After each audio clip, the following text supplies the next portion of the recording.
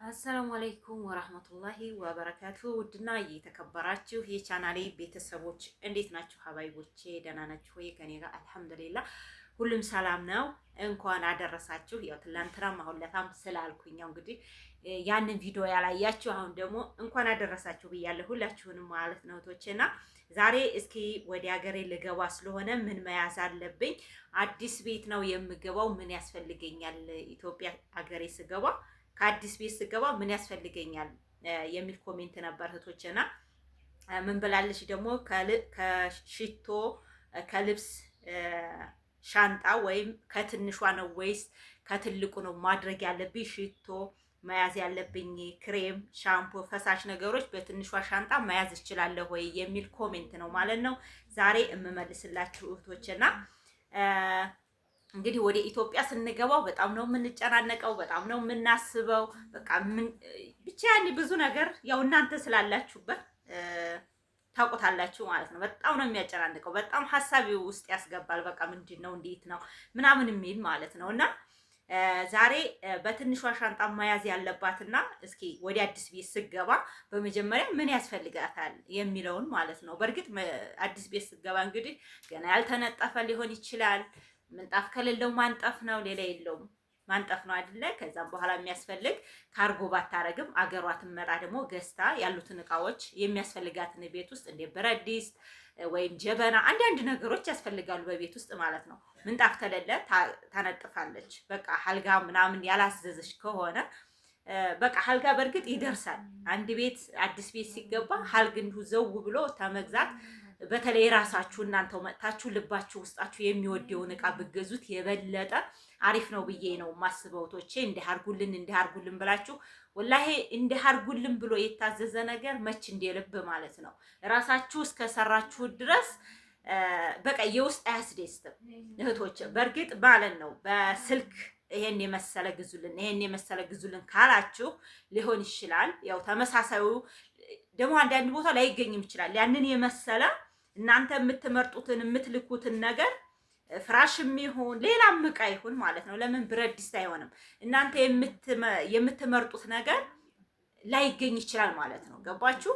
ብዙ ዙራችሁ ነው ምናምን ካልተገኘ ሌላ ነገር ልግዛልሽ ምናምን እንደውም በኦንላይን የተነገራችሁ ማለት ነው ሊሆን ይችላል። ስለዚህ እዛ ሆናችሁ ወደ ሀገር መምጣት ታሰባችሁ እናንተው መጣችሁ ባዶ ቤት ብግቡ ምንም ችግር የለም። እውነቴን ነው የምላችሁ።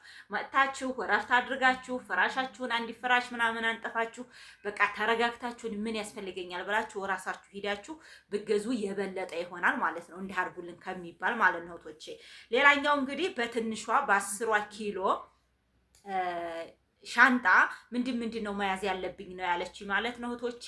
እዛ ውስጥ እንደ ሻምፖ፣ ፈሳሽ ሳሙናዎችን በቃ እነዚህ ነገሮች ማድረግ እችላለሁ ወይ? እንደዚህ ሎሽን ነገሮች ወይም ቫዝሊን ነገሮች ማንኛውንም እዛ ውስጥ ሽቶዎችን ይዤ መምጣት እችላለሁ። ክሬሞችን ውስጥ ማድረግ እችላለሁ ወይ ነው ያለችው ማለት ነው። ግን የበለጠ እዛ ትንሿ ሻንጣ ከምትደረግ ትልቁ ሻንጣ አድርጎ በትልቁ ሻንጣ በደንብ መቆለፍና ማሳሸግ ይሻላል ማለት ነው እህቶቼ። በትንሿ ሻንጣ 100% ባታረጉት ይሻላል። ለምን መሰላችሁ? አሁን ላይ እንደውም ፍተሻ አለ እየተባለ ነው እህቶቼ። በቀደም እንግዲህ ነግራችኋለሁ፣ ደጋግሜዋለሁኝ። በቀደም የሆነ ቪዲዮ ዩቲዩብ አስጠፍቶኛል እንደዚሁ የሆነ ነገር አስተላልፌ ማለት ነውና ተጠንቀቁ ኤርፖርት ምናምን የሚል እንትን ብዬ ማለት ነውና እንደ በፊቱ አይደለም። ለምሳሌ አሁን 2 ተመሳሳይ ሽቶ ከያዛችሁ ወይም 2 ተመሳሳችሁ አንድ ነገር ከያዛችሁ አንዱን እንደሚቀሙና ወይም ደግሞ ሌላኛውን ከፍላችሁ እንደምትይዙ ያንን ነገር ነግረዋል ማለት ነውና እኛ እንደመጣ ነው አይደለም። ያሁኑ ትንሽ ጠንከር እንዳለ ነው የሰማሁት ማለት ነው ቶቸና ትንሹ ሻንጣ ብታረጉ እኔ ካልፈተሽ ቀረሁኝ ሌላይቱ ጓደኛዬ ልታልፍ አትችልም፣ ልትፈተሽ ትችላለች። ስለዚህ እፈተሻለሁ ወይስ አልፈተሽም የሚለው 100% አትፈተሽም ብዬ ብነግራችሁ አሁን ላይ እንደ በፊቱ አይደለም። አሁን ላይ የተቀየረ ነገር አለ። ገባችሁ? ስለዚህ ትንሹ ሻንጣ ባታደርጉ የበለጠ ይመከራል ማለት ነው። በትልቁ ሻንጣ ቆንጆ ነገር በቃ ለራሴ የምትሉትን ነገር ባትይዙት እንደ ሽቶ የሚሆን ማንኛውንም ነገር በትልቁ ሻንጣ አድርጋችሁ ብትይዙት የተመረጠ ይሆናል ማለት ነው እህቶቼ። እና ይሄንን ነገር ብትጠነቀቁበት። አንዳንዶች እንደውም የፈለግሽውን መያዝ ትችያለሽ በትንሿ ሻንጣ የፈለግሽውን ነገር። አዎ የፈለግኩትን ነገር ወርቅ ነው ምናምን የፈለጋችሁትን በትንሿ ማለት ነው። ግን ራሱ ኤርፖርት እንኳን ከገባችሁ 10 ኪሎ በእጅ ነው ይዣት የምገባው ስትሉ እኛ 10 ኪሎ ቀምተው በሌላ ቦታ ነው ኤርፖርት ውስጥ ገብተን ሌላውን ሻንጣ በዛ ልከን ትንሹን ሻንጣ ደግሞ በእጃችን ይዘን እየሄድን እያለን ልክ ኤርፖርት አየር ውስጥ ስንገባ አንጡ ተብለን እንደ አዲስ ተቀማን ማለት ነው። ስልኮችን እዛ ውስጥ ነው ያደረኩት። አስቡ፣ አልተቆለፈም፣ ቁልፍ አልቆለፍኩትም። በሌላ ቦታ ትወስዱብኝ። በቃ በጣም ጨነቀኝ። በጣም በቃ እኔ እንጃ ወይት ነው ያገኘሁት አዲስ አበባ ነው። ታይቆለፍም ግን አላህ ብሎት እንደው ለኔ ያኔ አንድ ሰው በእርግጥ ለሱ ያለው የትም አይሄድም እህቶቼ። ለምን ሌባ እጅ ቢገባ ይመጣል ማለት ነው። ስለዚህ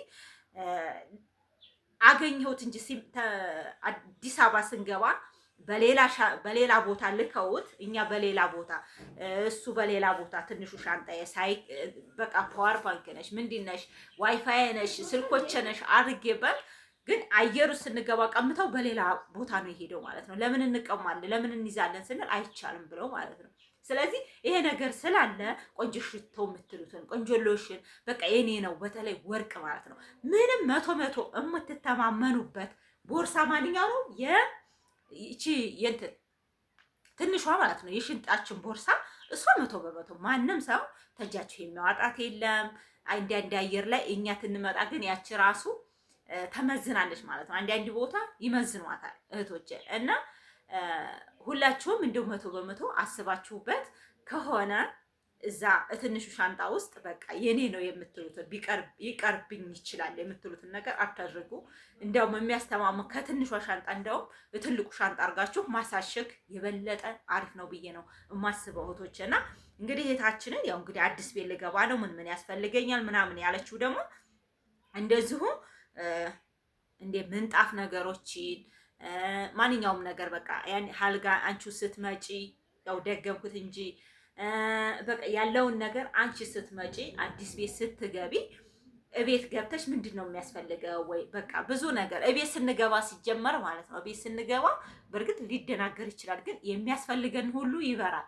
እውነቴን ነው የምላችሁ። ደግሞ እያደር ከዛሬ ከነገ ከዛሬ ከነገ ስንሄድ የበለጠ እያወቅን ነው የምንሄደው ማለት ነው። ወዲያው ስንመጣ እንትን እንላለን የሆነ እንደነጋገራለን። በተለይ ብዙ ቆይተን ምናምን 2 ዓመት ራሱ ቆይታችሁ ለመምጣት ስታስቡ በጣም ነው የሚደነጋገረው ማለት ነው። ሌላኛው ደግሞ ምንድነው ክሬም ነገሮችን ያዙ የሚሉ እህቶች አሉ ማለት ነው። ኢትዮጵያ ላይ እንኳን አይደለም ኢትዮጵያ ላይ እህቶቼ አረብ ሀገር ስትቀመጡ ክሬም ነገር አትጠቀሙ።